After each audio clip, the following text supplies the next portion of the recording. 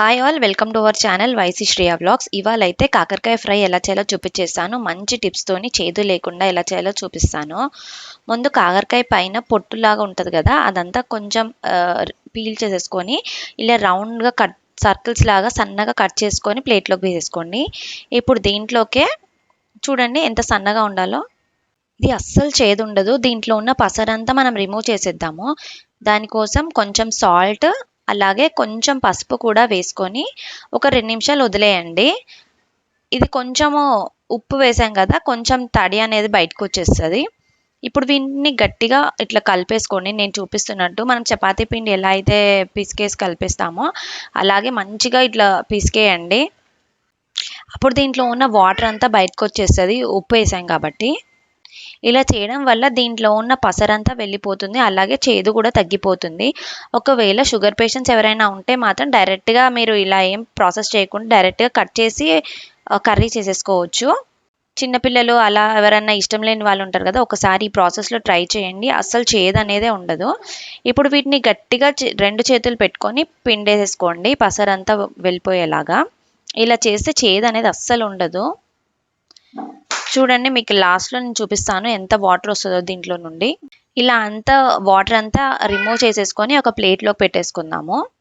ఈ కర్రీ చాలా అంటే చాలా టేస్టీగా ఉంటుంది. మీరు ఒక్కసారి ట్రై చేసిన తర్వాతే నా ఛానల్ని సబ్స్క్రైబ్ చేసుకోండి. మీకు టేస్టీగా అనిపిస్తేనే అంత బాగుంటుంది.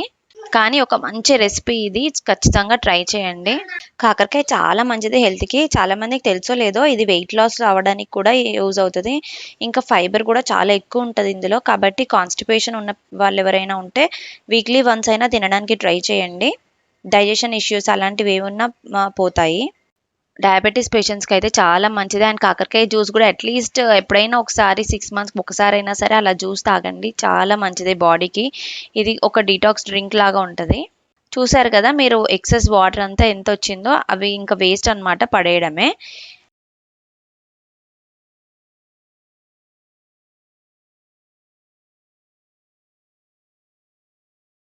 ఈ కర్రీకి మనకి ఆనియన్స్ ఎక్కువగానే ఉండాలి కాబట్టి 3 బిగ్ సైజ్ ఆనియన్స్ సన్నగా పొడుగా ఇలా కట్ చేసి పెట్టేసుకోండి. ఇప్పుడు ప్యాన్ పెట్టుకొని ఆయిల్ వేసుకొని జీలకర్ర, ఆవాలు అలాగే 2 స్పూన్ల గుండు మినపప్పు ఉంటుంది కదా, అది వేసేసుకొని మంచిగా ఫ్రై అవ్వనివ్వండి. ఒక వెల్లుల్లిపాయను తీసుకొని మామూలుగా పాయల్లాగా ఒలిచేసి ఒకసారి దంచండి. బాగా మెత్తగా కాకుండా జస్ట్ అలా పొట్టు బయటకు వచ్చేలాగా ఉంటే సరిపోతుంది. ఇప్పుడు కరివేపాకు కూడా వేసుకొని ఫ్రై చేసుకోండి. ఇప్పుడు కొద్దిగా పసుపు కూడా వేసేసుకుందాము. వెల్లుల్లిపాయ కూడా చాలా మంచిది హెల్త్కి. దీంట్లో అల్లం వెల్లుల్లి పేస్ట్ వేయము, ఓన్లీ వెల్లుల్లి పాయలు వేస్తాము. టేస్ట్ బాగుంటుంది. ఇప్పుడు మనం ముందుగా కట్ చేసి పెట్టుకున్న ఆనియన్స్ ఉన్నాయి కదా, అవి కూడా వేసి ఫ్రై చేసేసుకుందాము. ఆనియన్స్ తొందరగా ఫ్రై అవ్వడానికి ఇక్కడ కొంచెం సాల్ట్ వేసేసుకుందాము. సాల్ట్ చూసుకొని వేసుకోండి, ఎందుకంటే మనం ఆల్రెడీ కాకరకాయలో కొంచెం సాల్ట్ వేసాము, మళ్ళీ ఇప్పుడు కొంచెం సాల్ట్ వేస్తాము. తక్కువగానే వేసుకోండి ముందు అయితే, ఒకవేళ సరిపోకపోతే లాస్ట్లో మీరు కర్రీకి యాడ్ చేసుకోవచ్చు. ఆనియన్స్ తొందరగా ఫ్రై అయిపోతాయి సాల్ట్ వేయడం వల్ల. ఆనియన్స్ ఇప్పుడు ఆయిల్లో మంచిగా ఫ్రై అయ్యాయి కదా, ఇప్పుడు మనం ముందుగా ప్రిపేర్ చేసుకున్న కాకరకాయ ముక్కలన్నీ వేసేసుకుందాము.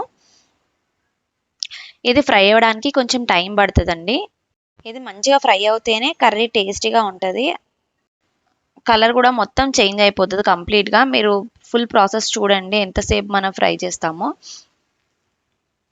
ఇదైతే అస్సలు చేదు ఉండదు, ఖచ్చితంగా చాలా బాగా నచ్చుతుంది మీ అందరికీ. ట్రై చేయండి డెఫినెట్గా, అసలు చేదు కూడా ఉండదు. మీలో ఎంతమందికి తెలిసి ఈ విషయము, కాకరకాయ ఎవరైనా చుట్టాలు వస్తే పెట్టొద్దంట. అంటే వాళ్ళు రావడం మనకి ఇష్టం లేదు అని ఇండికేషన్ లాగా ఉంటుందంట. ఎందుకంటే కాకరకాయ చేదు ఉంటుంది కదా, అందుకని చుట్టాలు ఎవరైనా వస్తే కాకరకాయ అనేది వడ్డించరండి భోజనాల్లో. అందుకే మీరు ఎప్పుడైనా చూసారా ఫంక్షన్స్లో కానీ ఎక్కడికైనా మనం వెళ్ళినప్పుడు కాకరకాయ అనేది ఎవ్వరు సర్వ్ చేయరు. ఒక 2 నిమిషాలు కాకరకాయ ఆయిల్లో ఫ్రై అయిన తర్వాత మూత పెట్టేసుకొని కాకరకాయ కొంచెం కలర్ చేంజ్ అయ్యే వరకు మూత పెట్టి ఉడికించండి. ఆ తర్వాత ఇంకా మూత అస్సలు పెట్టకండి, తడి వచ్చేస్తుంది. ఇది మంచి ఫ్రై అవి డ్రైగా వస్తుంది కాబట్టి అస్సలు మూత పెట్టకండి. కాకరకాయ ఉడికిన తర్వాత మీరు కలుపుతూ ఉండండి, మధ్యలో మధ్యలో కలుపుతూ ఫ్రై చేస్తూ ఉండండి. అందుకే నేను ఇక్కడ నాన్ స్టిక్ ప్యాన్ వాడుతున్నాను, అడుగు మాడకుండా ఉంటుంది. లేదా అల్యూమినియం అయినా మీరు యూస్ చేసుకోండి. స్టీల్ది అయితే వెంటనే మాడిపోతూ ఉంటుంది. ఇక్కడ చూస్తున్నారు కదా, కాకరకాయ కలర్ అనేది మొత్తం చేంజ్ అవ్వాలి. మీరు ఇలా పచ్చి పచ్చిగా మాత్రం అస్సలు ఉండొద్దు, ఇలా ఉంటే టేస్ట్ ఉండదు.